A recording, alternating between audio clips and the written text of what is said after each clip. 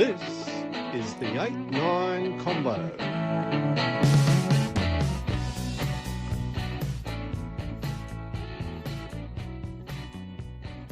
This is the 8-9 Combo. I'm Brett McKay. This is Harry Jones. Hello, mate. How you doing? How's it, man? How's it going with you? What's happening in your side of the world? It's getting cold here, and we're on the way to Dublin on Friday, where I understand that the high and the low is pretty much the same.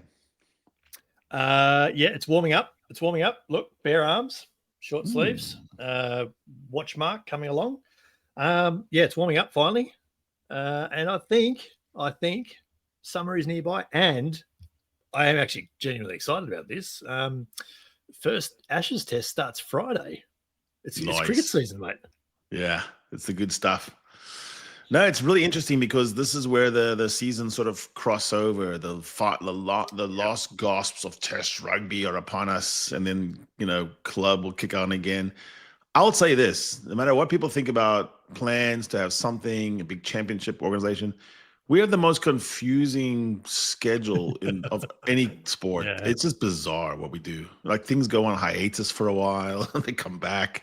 Yeah, then we play midweek tournaments, or we play cup tournaments, and inside the window. Oh, we'll have some tests outside the window. Yeah. What's the point of the window if we're having tests outside the window? I have no idea. Official preseason tournaments, friendly preseason tournaments. I don't understand. What are you giving cheers to then?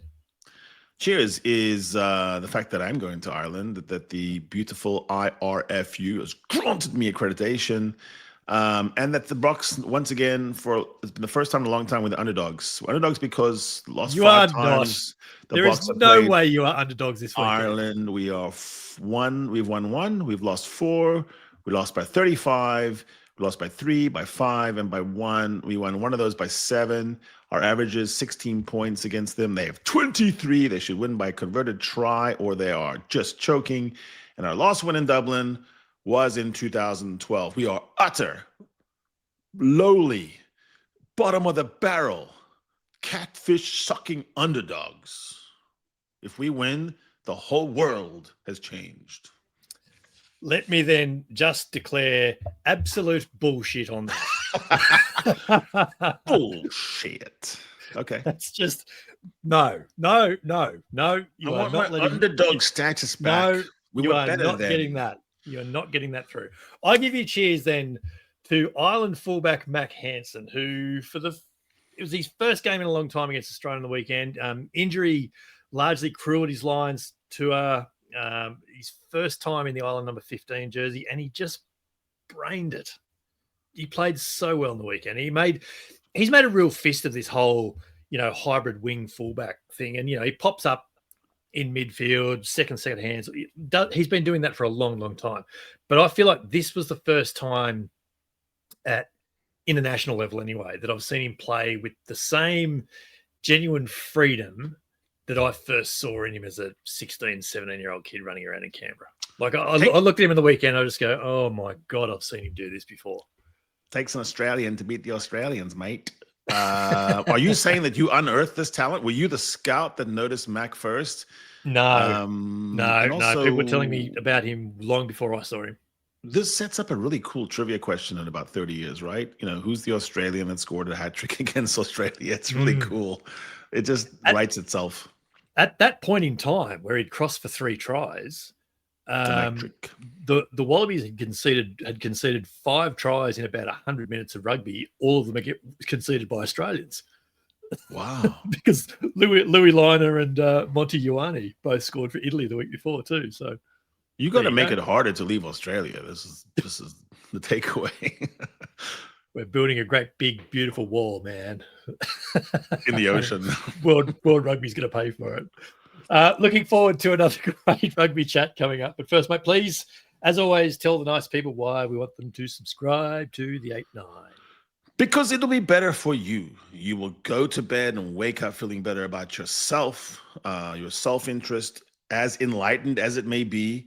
It still requires you doing something that is hard, something you don't want to do. Whatever you don't want to do that. And I know if you haven't subscribed by now, you wanker, that you don't want to do it.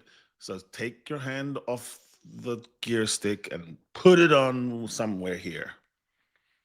Got to say, there's been a disturbing trend to this. It's the this Jan suggestion Hendrik back half of the Vessels year. subscription plan. Go do it.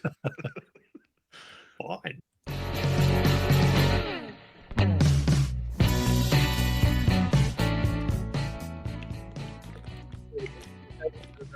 No need for slideshows or anything like that there, particularly when you miss the click on the button at the right time. Depending on where you sit in the rugby world and whether you had to set an alarm or not, probably, the third weekend of the Autumn Nations series and November Test, the Spring Tours, can be described one of three ways: good, bad, and very, very ugly. And to go through all of that and so much more that's suddenly happening in the rugby world is wonderful to welcome back from the Rugby Update, Riaan Louw. Welcome. How are you, mate? Yeah, I'm sleepy, guys. I'm very sleepy. Why do you have me out of bed this early in the morning? Mate, welcome to our world. One of us is doing that every week. When is this autumn series going to move to this side of to your side of the world? Then we all can feel how you suffer every weekend watching it. Yeah, he's just looking forward to the World Cup, where he's going to make everyone just die and go, "Oh, I love this." We can talk about it all day long. Is it confusing for you being called the Autumn Series as well? I can't talk about things in autumn in November. It just doesn't make sense. End of year tour. No, I've always, for me, it's always EOYT. Yeah, November Test. That's what I call it. November Test. Spring it's Tours, the easiest one. Yeah, when it was the Autumn Nations Series or Autumn Nations Cup or something, the ANC, that was even more confusing. Being from South Africa, but that wouldn't go down well, would it? And now it's the pink quilter that comes off on the players' uniforms. It's bizarre. Yeah, I don't get that. Wasn't it a throwback in where was that? This game in France. Oh, the France South Africa Test. A throwback to painted logos on the field. Yeah. That was then coming off on the jerseys and the shorts. Kubas Reinhardt was the Hulk. He was the Hulk. That's right. Yet another thing the French do better. Instead of all the green screening, they actually do authentic paint on the ground. They would never do the fake thing. The French Sign Writers Association must be really, really active. That's all I can say. Subsidies. Strong lobbying group. Good lobbying. There is suddenly so much happening, mate, after another weekend of Test rugby. The Nations Championship and the Nations Cup sort of soft launch, and we'll get into that. And then World Rugby Player of the Year nominations drop as well. So lots to talk about, but we probably should go maybe backwards before we go forwards. Results on the weekend, as we all well know, excuse me, South Africa beat Italy 32-14. England were too good for New Zealand. Wales just scraped home against Japan. Ireland also just scraped home against Australia. France made it harder for themselves against Fiji than French fans would have liked, and Scotland just fell in a massive, massive heap going down to Argentina. Of those 6 games, which result surprised you two the most? Maybe the manner, sorry to bring it up, Brett, the manner of the Aussie loss to the Irish. I did not think the gap was that big, especially since the last few results between them have been so close. I really thought with the Italy result, the Aussies would be like, okay, that was a blip. Let's pull up our socks for Ireland, with Joe Schmidt being in charge as well. So that was the biggest one for me. That was kind of a canary in the coal mine, like something really serious might be wrong here. And can we say that Les Kiss will be the man to make it better? So that one was the big one for me. Yeah, that's fair. That graphic reminds me of, what's that thing that you put toilet paper in, but it hangs from the back of the door and it's sort of like embroidered or crocheted that my grandmother had? That is what I had a flashback on. A toilet paper magazine. Oh, wow. So you're talking about the crocheted. Like, did you have the doll in it? So it was like a ball gown type thing. It's like a horror film. Yeah. Let's see. For me, it was the All Blacks Tales of our grandmothers being a little bit meek and mild, and once again doing things that, like, you're not fielding the high ball, not designing a team where you're thinking more about how you end than how you start. Still stuck in the starter versus substitute situation. What else? How Borthwick planned Project Borthwick. seems to be actually working, and at this point it's undeniable. I suppose, you could say up until this time, was that streak really real? That was a real one. So I think, the decisiveness is a thing now. Yeah. No, that's fair. Look, I was surprised that Japan were able to get away from Wales so easily. I went back and watched some highlights and things, and so I knew the score and I could see the descriptions and all that. And so when I watched the highlights, even, it didn't quite play out the way that the social posts made me think that it might have. But I was surprised to see that they allowed Japan to get away like they did, and then Scotland leading 21-0 and in the biggest hole they've fallen in a long time to get into Argentina was a bit of a shock as well. But yeah, I come back to England, New Zealand as well, because there wasn't 14 points between those teams when they ran on the field. That was the surprising bit there. It felt like a changing of the guard. It felt like New Zealand really is. It's not just alarmist. I think, the lack of starch in them. They're individuals. They're all playing gunslinger roles. They're getting too many meters post contact, and there's no one to clean for them. So they're all isolated, little salients all over the place. It looks great, but they just seem to be really struggling to score when they need to. And then there's a bit of a lack of, I don't know, Ringo, it's like a lack of a dog in them. Whatever that is, forget the aura thing. Just where's that kind of, you won't beat us that easily. I mean, is there anyone in this team with a nickname Guzzler? They miss. They have two of the most cleanest looking locks I've ever. Fabian Holland is brilliant, but he does not scare anyone in the world. Simon Parker, I mean, that's the name of your bank teller. That is not the name of a flanker who is going to hurt you on the gain line. They just seem like a bunch of good, clean boys, not terrifying Kevin Mialamus who would take your ankles off, never mind your knees. Yeah, he would only fight you at ankle height. That's the problem. The lowest playing rugby player in the history. Yeah. And I mean, how many times do you have to have it drilled into you that you need to be better under the high ball? And there's no team in the world better under the high, who base the game more on the high ball than England. I mean, South Africa does it, but England go to Ireland does it, but England do it. Yeah, England literally record. England literally record a fly half, so they could do it. I mean, there's something majestic about Alex Mitchell's box kicks. I stopped I stopped disliking him. I like it now. I watch it and I go, he lands it like one of those pro golfers who are doing warm-ups, Brett, and they just take a stripe and the divot's a stripe and they're landing it within a little tiny circle. It's so cool to chase a ball where you know exactly where it's going every time. Yeah.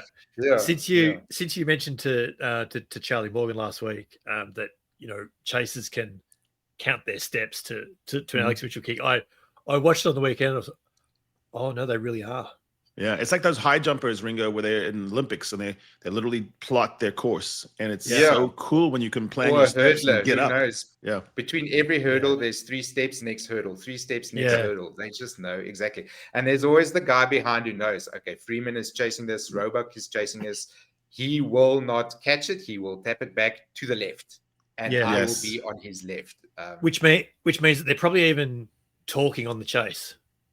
Yeah, they're probably even saying, "I'll meet you 7 o'clock," something like that, and then they're just getting up, tapping it back. Yeah, I was watching when the chasers were going because they were sending 3. You're right, and they were talking.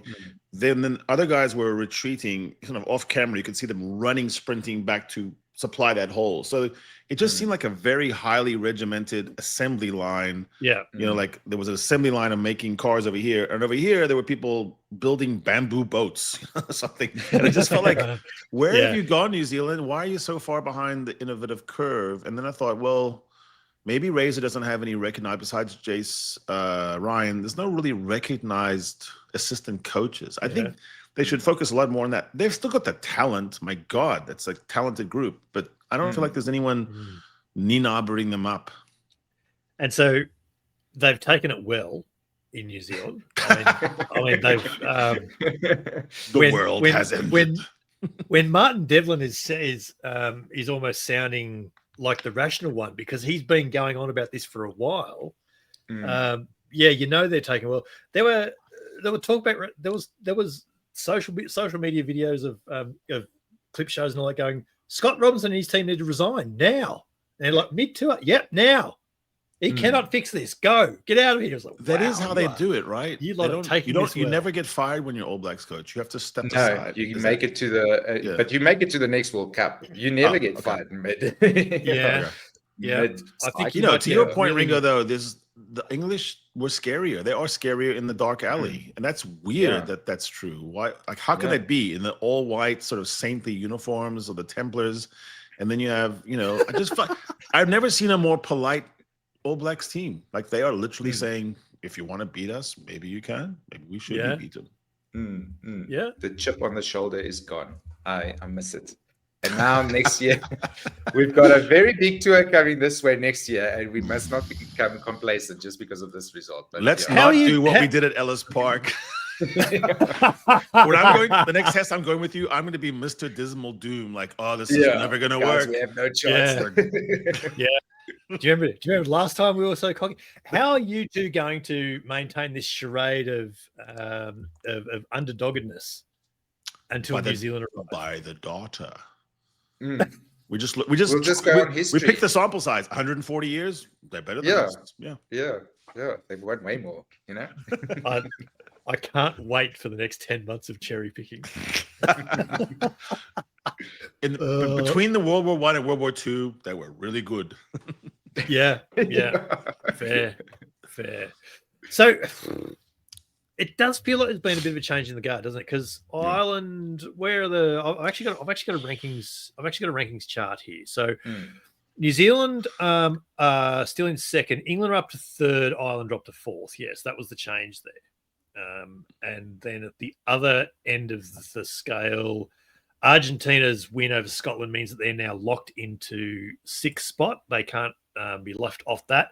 And Fiji have jumped above Scotland as well. And you kind of think in your heart of hearts, you don't really believe that Ireland is better than the France right now. So in reality, Ireland is the one that I think has the potential of tumbling inside this year. The French, I think Ireland Does has this say more about Ireland or France, though?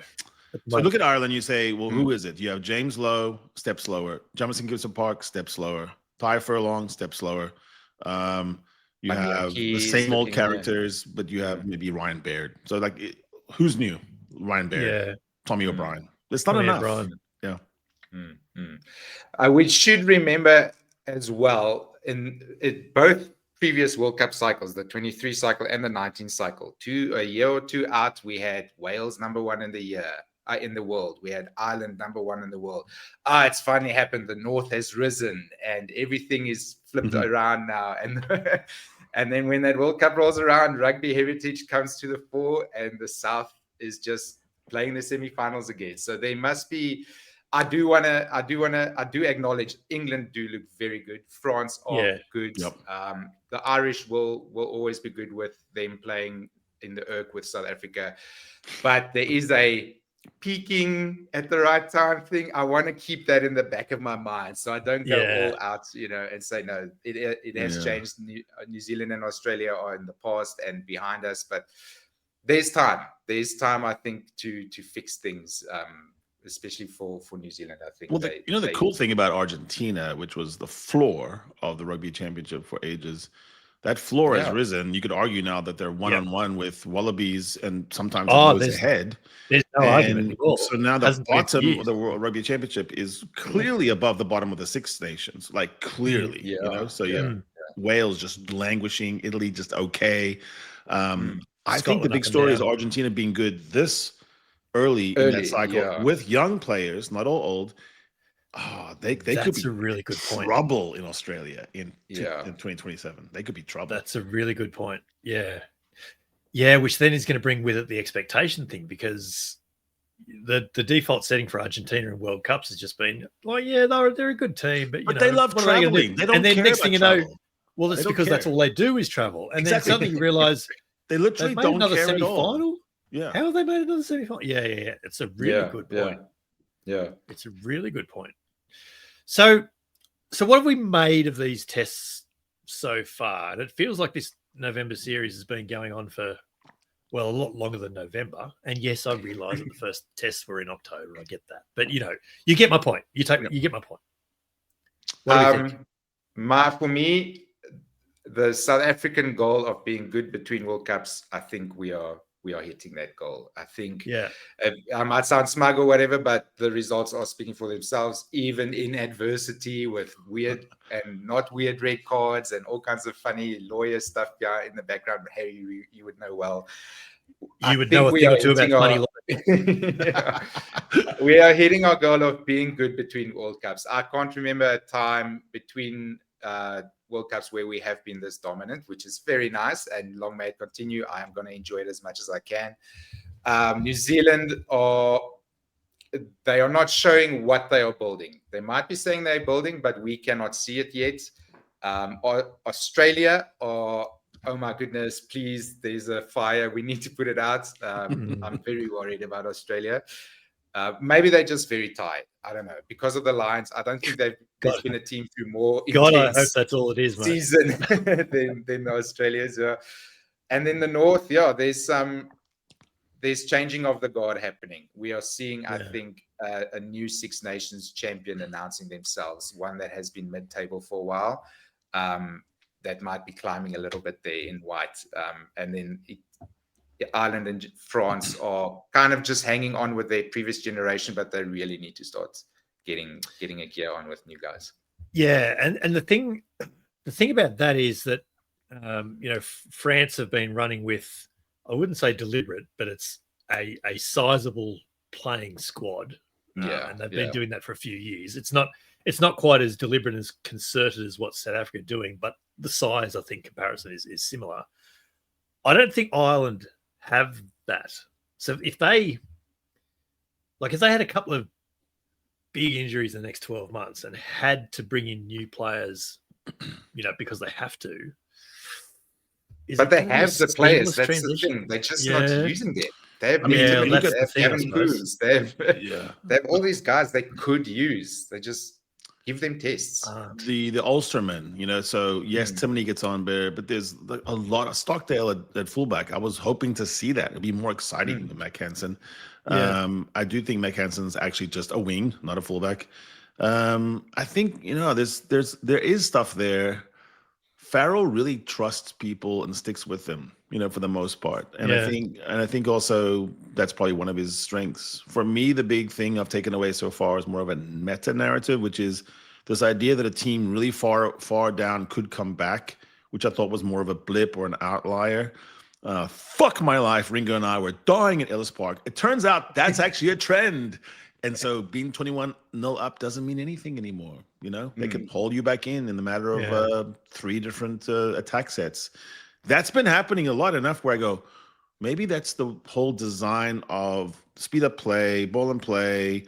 Maybe that's the overall thing they want, which is that there's a battle of runs like the NBA where a team scores 8 in a row and then 12 in a row, and it's whoever gets to run at the end.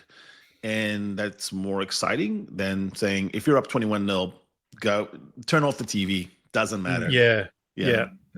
Does it feel to you guys like momentum has counted for more in this set of tests than we've maybe seen in the past? Like if you get on a proper roll, you don't believe in momentum. No, I don't believe it's. I don't believe it happens in sports. I just think we like to think that happens, but it doesn't. Yeah, I think this if anything, this series has shown momentum can be broken with a good bench and using your bench. That's a really good point. It's never more clear than Scotland versus Argentina, where you're thinking, like Harry said, the famous Gardner switch over quotient. 21-0 up, no, get out of here, switch off, go do something else. I did that. I did that. I did as well. I was like, I don't want to watch Argentina get embarrassed. Goodbye. Yeah, I was so upset. Argentina, you're running yourselves off your feet. But you do not switch off a match until both benches are on, or you see one team not using their bench properly. Then you know what's going to happen.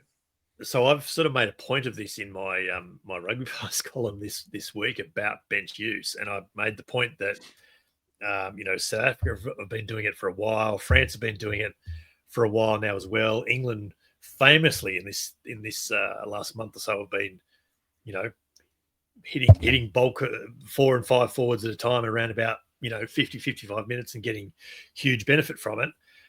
Australia on the weekend, Billy Pollard and Tom Robertson went on together in the whatever it was 47th, 50th minute.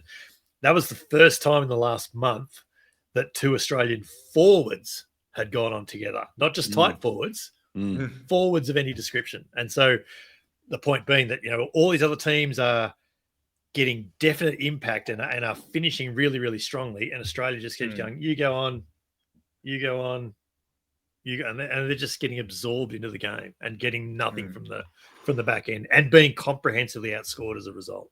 Have you seen those maps where they make the world upside down and Australia's on top and reveals to you that it's an artificial construct, like we're a globe spinning, so there's no reason for it to be up here, then you're down under? It's currently how I'm viewing the World Rankings. Yeah. And when you see that for the first time, you grapple with it, you go, oh, wow, that would actually change my thoughts about a lot of things if I switched it around. I think teams that name what they want to end with at the end of a match, and they really focus on that more than who starts it, that's like 2 or 3 That's teams. becoming a thing. That's definitely becoming a thing. And people don't get that until they get it. When they get it, they go, oh, I never thought about that. That is way more important. And then over here, because you still have to pick the guy who plays 80, Peter Steph Toy, like you have to pick that guy.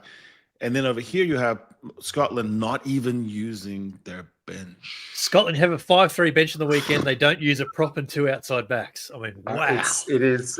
That's criminal. And some people have said it's negligence. It's like malpractice. You should be dragged in front of a ball or something. Wow, that is terrible to have the biggest fold, choke, whatever, collapse in and you don't.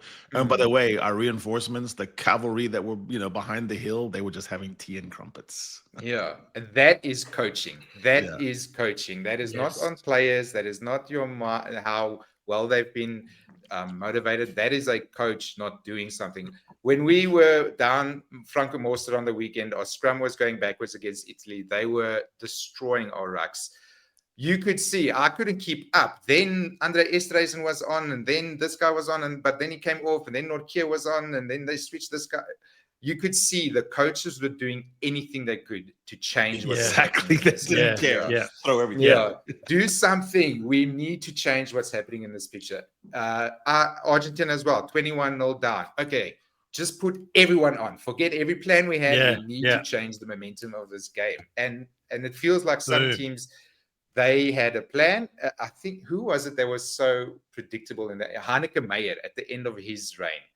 It was, you could almost set your clock to at 20 or 45 minutes, this guy, 5 minutes later, this guy, 5 minutes later, this guy. And it didn't matter what the situation in the game was. And you have to use your bench as a problem solving tool. It is no longer just, they tired, change the guy.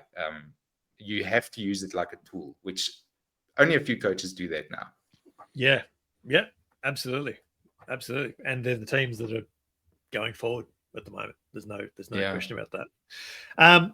So I've popped this up before, the world rankings, as I mentioned. So South Africa are 2.5 points clear of New Zealand in second.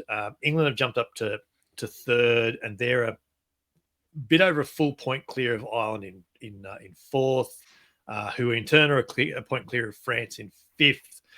Argentina has, as I say, cemented sixth, and they're now nearly 4 points clear of Australia, so that they're locked into sixth.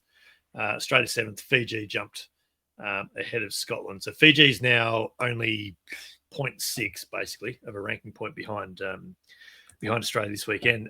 It feels about right, I've got to say. I'd still bet on France to beat Ireland if they played tomorrow with all their best players. Yeah. I think I could probably go with that. Yeah. But I think that will be reflected in the Six Nations. Like, that'll sort itself out of the Six Nations. And until they play the Six Nations against each other, it's difficult for them to move very much.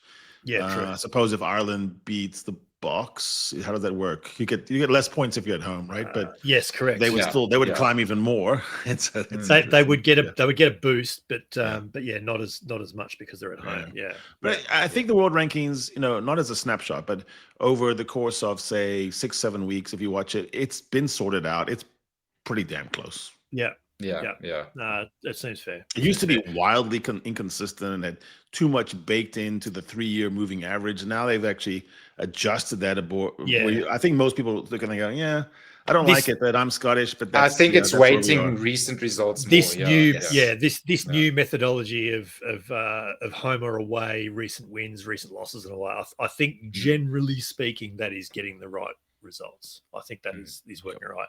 So I want to mention to you then, Andre Gill, we've talked about a few times. Harry, you've mentioned him on this pod. He mentioned a few weeks ago that he was trying to come up with a data-based measurement to try and get a proper picture of form teams, basically. And so he popped up this chart on over the weekend up on his socials, and basically the net of it is that if you win, you're in a better place. But he takes into account points for and against. I think tries are scored in there as well.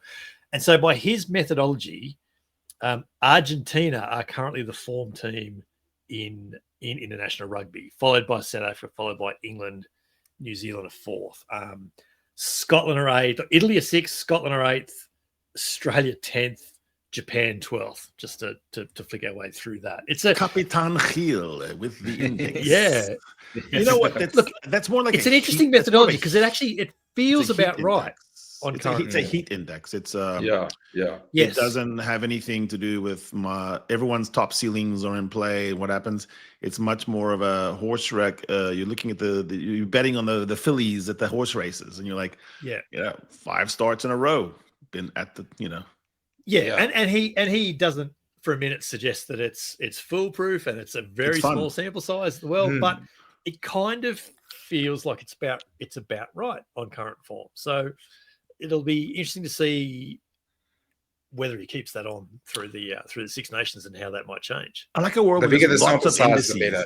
I like lots of indices. I think that we should just be flooded with indexes. Yeah, until you can then the hairy index and the heel index. And then take all the indexes, and then someone does the index of the index, and that's even more. It's almost always more accurate. Then, so then we need someone like Trivago to come along and just go, all right, here's all the indexes. Pick your favorite one. Moody's, someone must come in and give us ratings. If it's a BB or BB plus. Let's get Roger Ebert involved.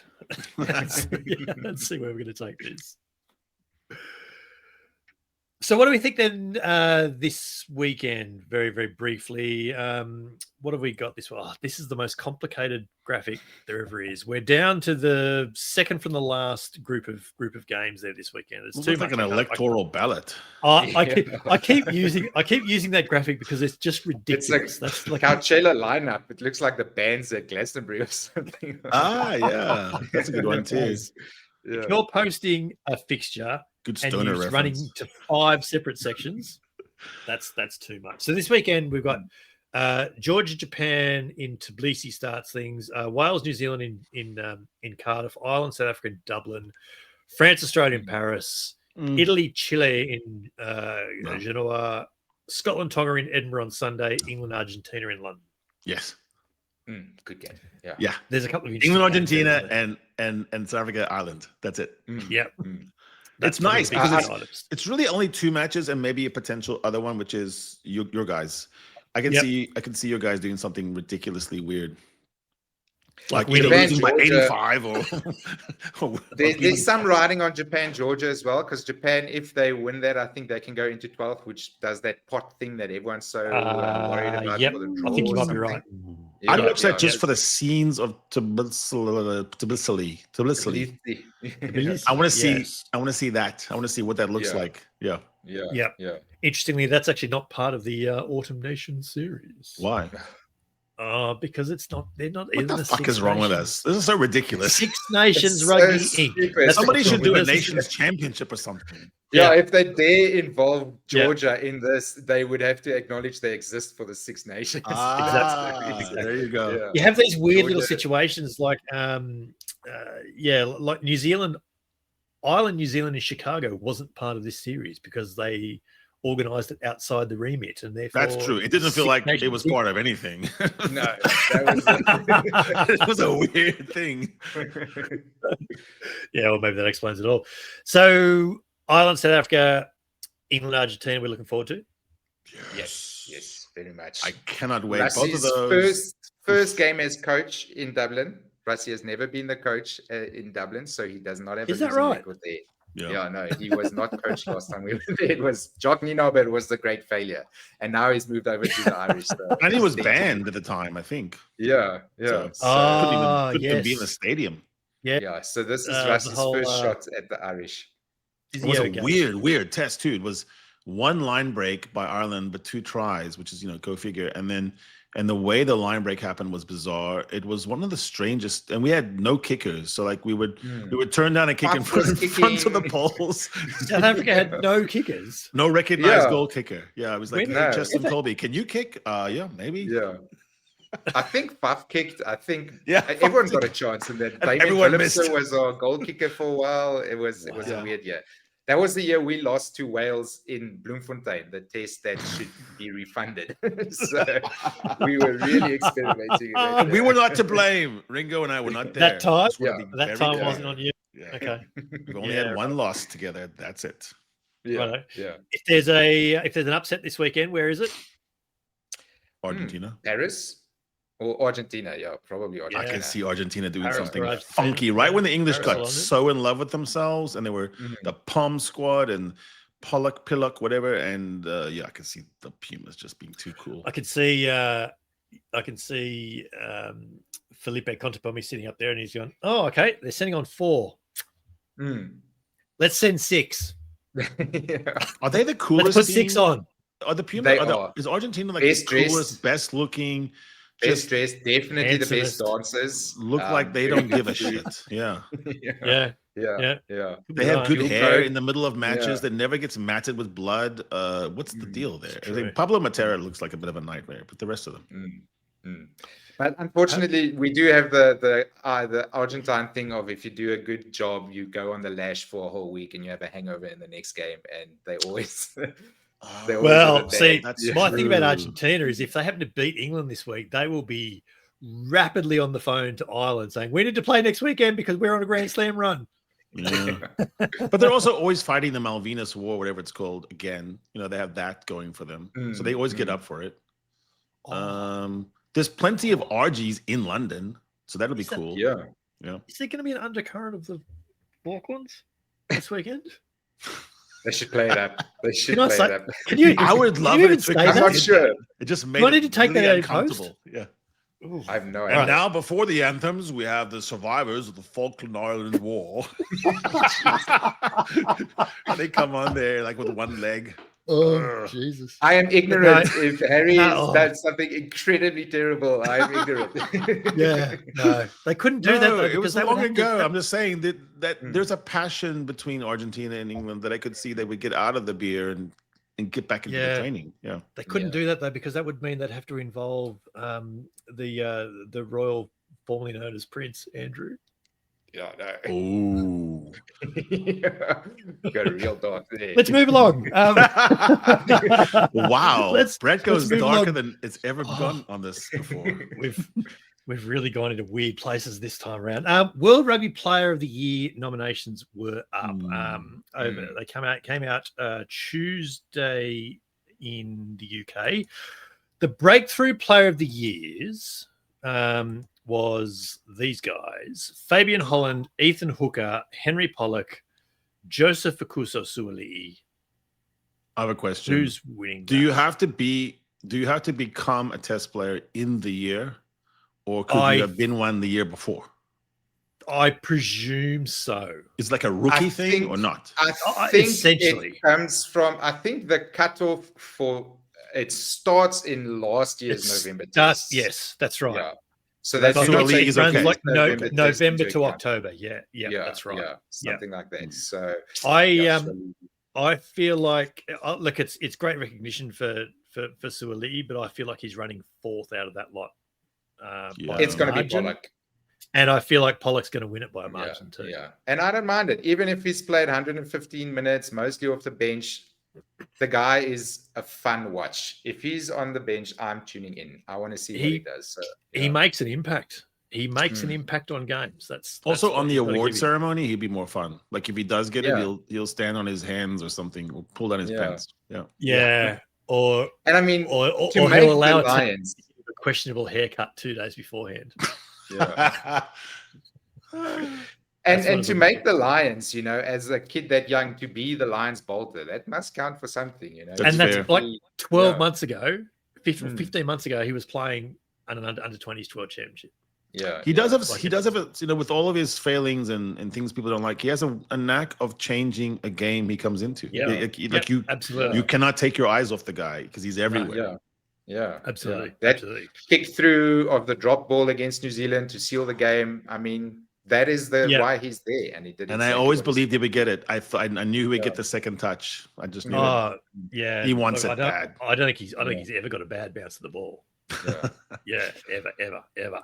So then the World Player of the Year, Louis Bielbarri is the token non-South African amongst Malcolm Marx, conspiracy, Ox Nche, still Sappers are somehow upset about this.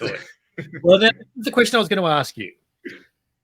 How much will Springbok Rugby Twitter melt down when LBB wins this? It will be. They split our vote. It's a conspiracy to split the vote. This is it. You see, there's my vote. There we go. DLB already. I can't see him winning it, but I mean, Sappers are still somehow upset getting 3 guys into the why wasn't it 4? We like to do preview agony. Like it's like people had retaliation. There's pretaliation. Like we kind of have this thing going on. Like we know you're gonna do it to us, but we didn't. We're not going to. Nah, but you don't know that yet. You know you want to. So I guess the question is, and your point about splitting the vote is, I think, very real, Harry, because how do you actually split between Marx and Nche and Peter Steph from this year? Because 2 front rowers have been outstanding. Wow, that's crazy. You don't give it to Peter Steph because he's gonna win it in 2027, so that's fine. You don't have to do it. Yeah, he's won it already. Yeah. So you're ruling him out for future charity? Is that what we're talking about? Yeah.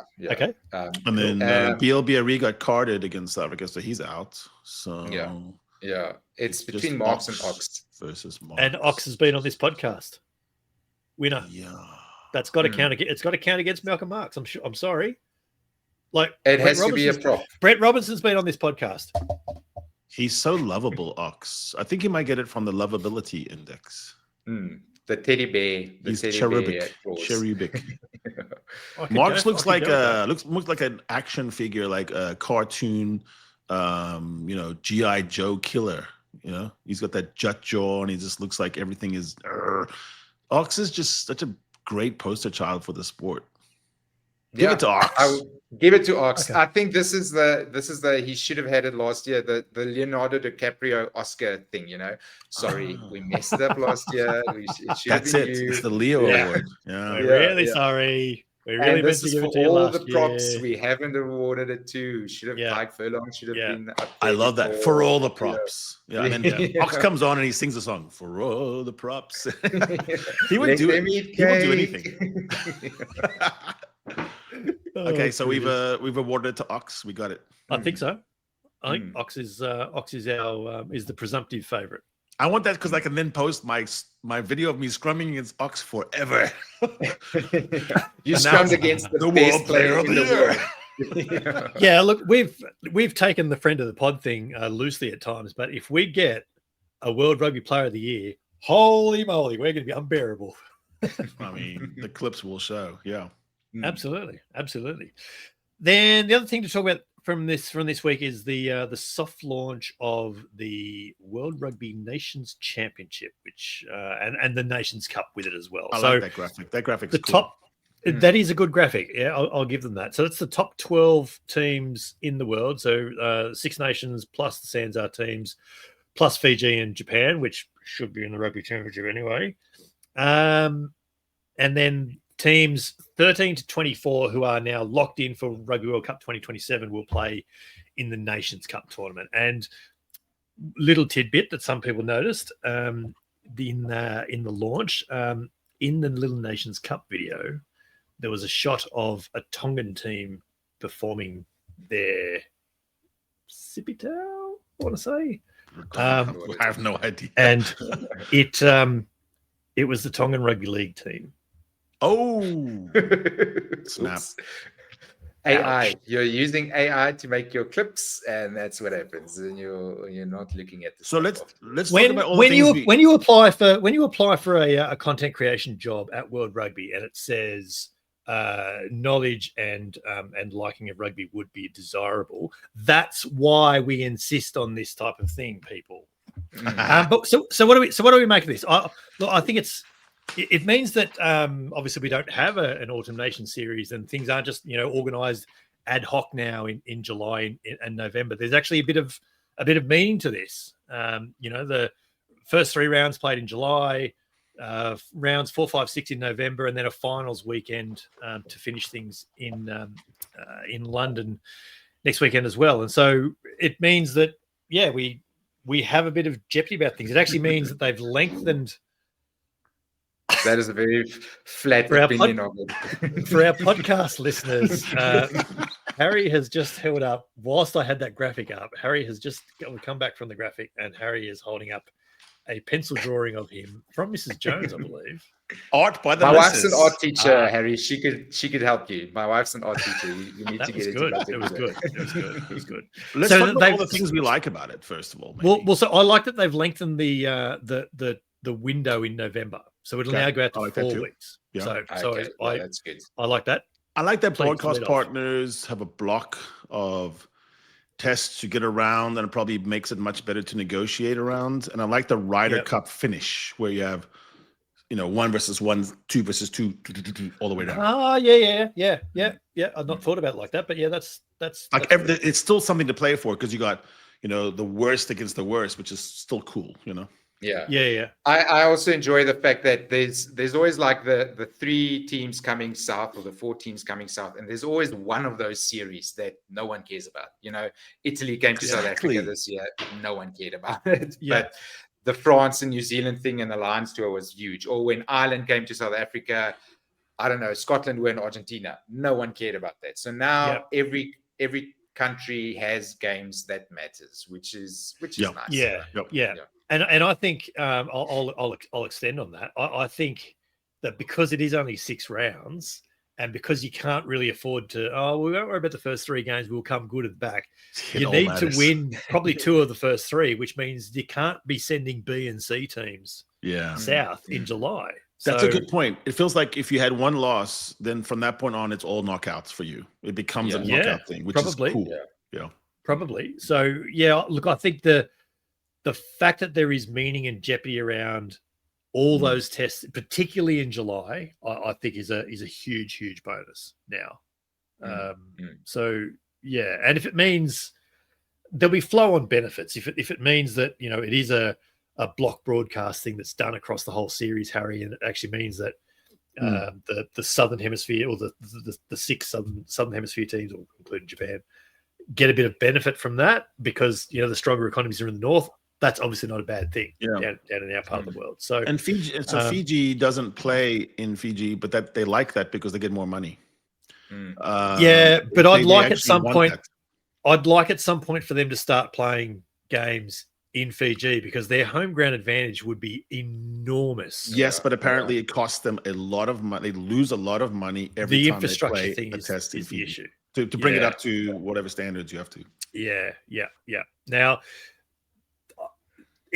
hopefully it mightn't be too far away. There are certainly talks in the background of Super Rugby, for example, to look at playing the Super Round in Fiji, and because that would be one way to elevate that.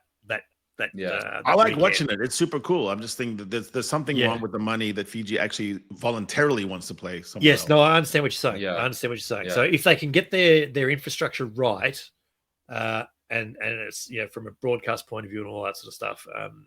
And they can start playing games against top tier. Australia and New Zealand haven't played games in Fiji in decades, so it's not just the teams from the north don't come out. It's everyone. So this might be the way to maybe bring some equity to that. Oh, look, there'd be lots of teams that haven't played a test in Japan outside of World Cup too.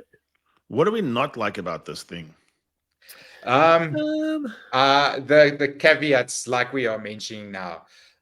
You didn't play Fiji in Fiji, little asterisks on your win there. Your England, you have forced Japan to come play you at Twickenham, little caveat there. Okay. Your France, you could not give a shit about July internationals. You send your C team. A little caveat. Competition integrity. I think there will. It's probably unavoidable, but I think there's always going to be an argument about now the travel schedules and things like that, because I think it is, and I'll just pop it back up while I'm talking to this. It's not that one. It is this one. England play in Japan. England will play in South Africa, then not in Fiji, then in Argentina. So they'll do a fair bit of travel. Whereas who is it? Someone plays rugby. France plays New Zealand, Australia, Japan. So a bit better. That won't be too bad by comparison. So there'll be who's got the easy draw, who did the more travel, who did the less travel. There'll be that sort of argument. But as I say, for this sort of tournament, when you are literally talking about teams all around the world, that's going to be unavoidable. Yeah. I don't think I dislike anything about it right now. I think some people talk about it widens the gulf between top tier and second tier, but I kind of like that. I kind of think for a sport to really grow, like you don't want to watch, if you're not really a football fan, I just want to watch Man U versus, Madrid. I want the big teams to play. I don't want to watch the weird stuff before. So I don't want to watch Box versus Georgia. I just don't. I mean, it's fine. But if I wasn't a Box fan, I wouldn't want. I'm trying to make a point. If England was playing Georgia, I wouldn't want to watch that. Yeah. No, that would be a widely shared sentiment. I'm quite sure. Yeah. So I think the fact that I think there are more benefits out of this than not. I think there's more positives than negatives. There's probably something we haven't thought about that's going to be really suck, but we don't know what it is yet. Yeah, we'll get to about April next year. We have to travel across the world as well. By the way, these refs and TMOs, they pretty much all know each other, right? They're all just a big pack, a big posse of adjudicators, and they just hang out and they eat together and they drink together, and they not allowed to talk to anyone else. Jakob Piper couldn't pose with some fans, so they have to just stay together. Isn't that weird, kind of, when they're doing the TMO ref discussion? Like, don't they want to just go, shut up, man. I know you're full of shit. Be less professional. Yeah. Now, audience, last week you told me this is a yellow card, and look what happened online. So the problem there is that there's nowhere in their framework checklist that they work down. There's no room, as far as I can tell, for ad hoc freestyling. You were drunk last night, and you were talking about bagging my sister. Stop it. The familiarity line, like how familiar are you? Hello, Marius. What do you say? Yeah, it's a fair point. Marius is my dad. Call me Sucky. You know me. Mate, this has been a lot of fun as always. I feel like we could just keep talking shit like we're at the pub, and maybe one year we should actually do that. But thanks as always, mate. There's been lots to get through. There's been lots to talk through. I think we've made some sense somewhere along the lines. Yeah, there's been some sense in there. Somewhere.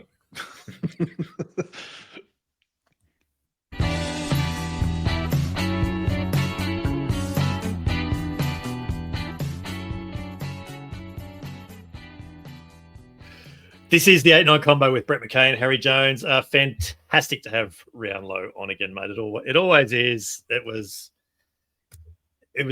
bordering on getting into nonsense territory, but I don't know. Maybe we should do That's that. What I like. Too. Riaan is what they called in the old days a raconteur. There's just no topic you can go into. He's got something. He's ready to go. Yep, dot points is all we need. That's all we need. So it was all very good. Not a massive amount of rugby on this weekend, or just those international games that I mentioned before. We've already gone through. Japan on Saturday, Wales, New Zealand in Cardiff, Ireland, South Africa, France, Australia, Italy, Chile, Scotland, Tonga on Sunday, England, Argentina on Sunday as well. That's going to be the early hours of Monday for me, so I'd really like to watch that game, but that might be difficult for me to do. So, but we'll be back with a weekend post-mortem, probably after France-Australia, I suppose, and particularly about Ireland-South Africa, because that's going to be a belting game. Oh, I've just realised I'm going to have to set an alarm. I'm going to be up for a long, long time. I could be incoherent by the time we record on the early hours of my Sunday morning. So, anything else we need to wrap up? Everything's on hold. Otherwise, top 14's even on hold until next weekend, I think now. So I'll be in Dublin. I'll be in Bainbridge. If you guys see me, stop me and say hello. The missus and I will be walking down the streets. Righto. And we'll be press clear, but also have seats out in the west side. And we're just going to mix and mingle, but absolutely come say hi. Love it. Yeah, do that. We'll get ourselves coordinated as well for when we're recording, to make sure that we're not recording from a pub again. Or maybe that's what we will do. We'll see. Maybe it could work. That then is another great episode of the 8-9 Combo behind us. Our sincere thanks to Riaan Louw for joining us as always. Tell us what you think by following Harry and I on the socials and finding the 8-9 Combo on the socials as well. You can have your say on the 8-9 YouTube channel just underneath here, and on Spotify as well. This is the 8-9 Combo, the short side set piece combination you didn't realize you needed in a rugby podcast. I'm Brett McKay. He's Harry Jones. Sean Maloney is ready in the closer, and we'll be back in your ears this weekend. Come play with us. Here goes Jones with another bruising run. He links up with McKay, who pops back to Jones. They can't. They won't. They will. What a try. The Dream Team Combo go in again.